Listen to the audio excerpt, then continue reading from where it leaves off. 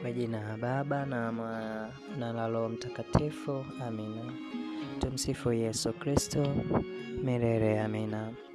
Ndugu zangu katika Kristo, karibuni katika tafakari, na leo ikiwa ni siku ya Ijumaa Kuu, siku alipoteswa Bwana wetu Yesu Kristo mpaka kufa.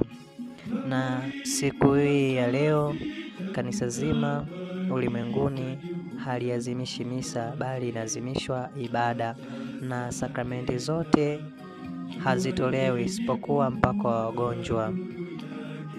Katika tafakari ya leo tutaona kwa kina kukamatwa kwa Bwana wetu Yesu Kristo, kuhukumiwa, kupigwa na kusulubiwa mpaka kifo chake. Leo siku ya Ijumaa Kuu tunakumbuka mateso ya Bwana wetu Yesu Kristo. Na kwanza kabisa tutaona Yesu alivyokamatwa, tukikumbuka kuwa Yuda Iskarioti alimsaliti Bwana wetu Yesu Kristo kwa vipande 30 vya fedha tu.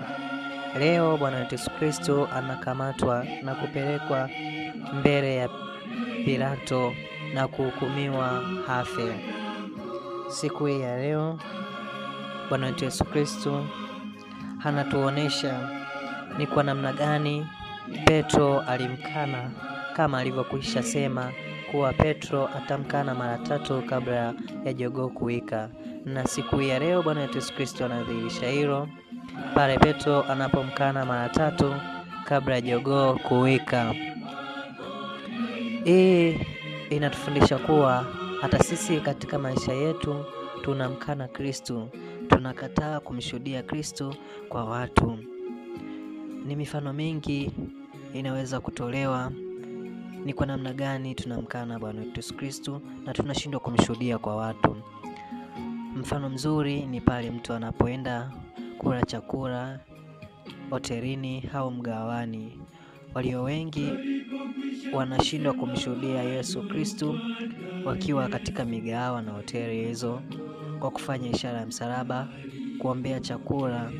Wanashindwa kufanya hivyo kuogopa macho ya watu, kuwa wataulizwa au watajulikana kuwa ni Wakristo. Basi Bwana wetu Yesu Kristo anatualika siku hii ya leo tukamshuhudie kwa watu, tusimkane kama Petro alivyomkana mara 3.